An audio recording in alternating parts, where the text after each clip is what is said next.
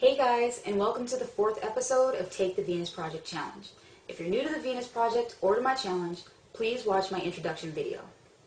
For the people who are becoming more informed on how the Venus Project is actually technologically and economically possible, the most common objection I've found is what I call the bad egg theory.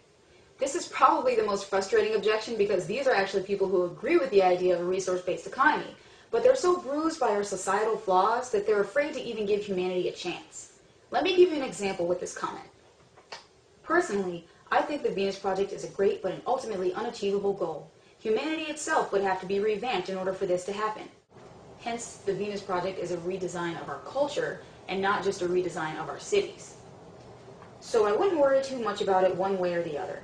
Whether you're for it or against it, I don't think it's possible for anything like it to even come close to happening. It's a great idea, but humanity's greed and selfishness gets in the way of it working out well for everyone and turns it into a dictatorship where just one bad egg takes control of everyone else's kindness and generosity. All you need is one human who doesn't agree with what the Venus Project says, and bam, you're screwed because you've got no army to fight back against them with, and you've got no laws to keep them at bay with. It's a faulty idea that's too idealistic and not realistic enough for me to agree with. Okay, now let's think about this for a minute. If a resource-based economy is too idealistic, because everyone might not agree, then what do you call a monetary system that's primarily based on competition, but then proclaims on paper that everyone should behave and obey the law? I'd call that idealistic. If a resource-based economy, a technologically advanced system of abundance in which everyone on the planet has access to what they need, is a faulty idea, then what do you call the current system that trumpets equal opportunity for everyone if you work real hard, while knowing in advance that there's not enough money to go around, and knowing that if there were enough to go around, the system itself will collapse? I'd call that faulty. It's a game that's rigged before you even get a chance to play. Here we are in a defective chicken coop, raising bad eggs all over the place, and now that there's even a glimmer of hope that we can get past our greed by finally living in abundance, we quit on the idea because supposedly one bad egg takes control of everyone else's kindness and generosity. As if one bad egg in an evolving social system that's finally doing something about all this is somehow worse than 63,531,202 bad eggs in a society that can't do anything about it. Because the old-fashioned idea that if someone gets out of line, we can fight back with our current army, and that written laws keep people at bay, is ridiculous at this point. Where were the written laws when those 63 million crimes were committed? Somewhere in a file cabinet, I guess. So what it comes down to is that people are somehow, for some crazy reason, more confident and comfortable in our current so-called security systems than they are in implementing a new value system that dramatically reduces and eventually eliminates the need for security. Let's put it this way. I'm pretty sure that if all the victims of war crimes and hate crimes, desperate crimes, or any other kind of violence or suffering had their chance to do it over, they'd realize that genuine security comes from addressing the root causes of our social problems, because obviously the patchwork didn't work out too well for them. We're still here, so we have the chance to redesign our society, instead of worrying that somehow if we all work together to implement a sustainable system that's designed specifically based on our symbiotic nature to meet every single human being's biological and social needs, and to evolve to continue to meet everybody's needs on a global scale, that will somehow end up worse off. Because somehow, someday, somewhere down the line, someone might not agree. Might not agree with what? That we need food, clean air, clean water, shelter, and a relevant education to sustain those resources on our planet?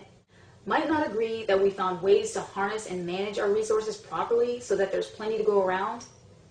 Might not agree that we're developing the technology to ensure the survival and healthy development for everyone so that they themselves can be completely independent and learn to pursue their life's true goals without financial constraint.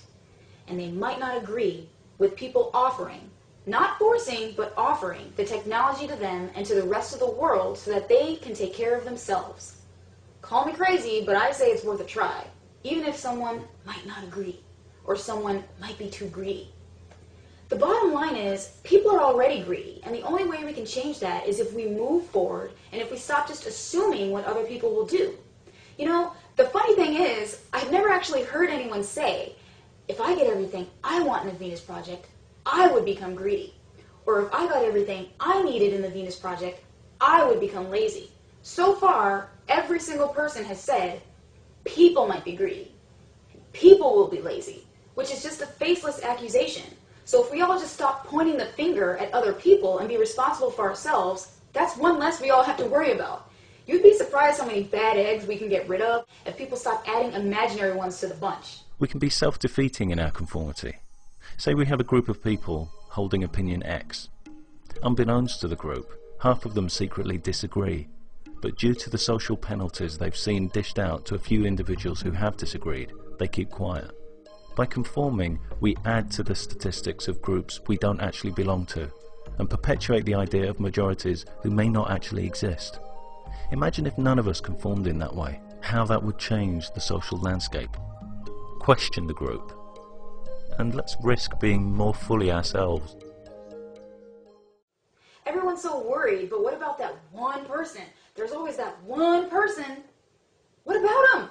Why should we let them, a hypothetical person or group of people, stop us from finally uniting to pursue a better future? If just the thought of tyranny has you too afraid to improve the world you're living in, then the tyrants have already won.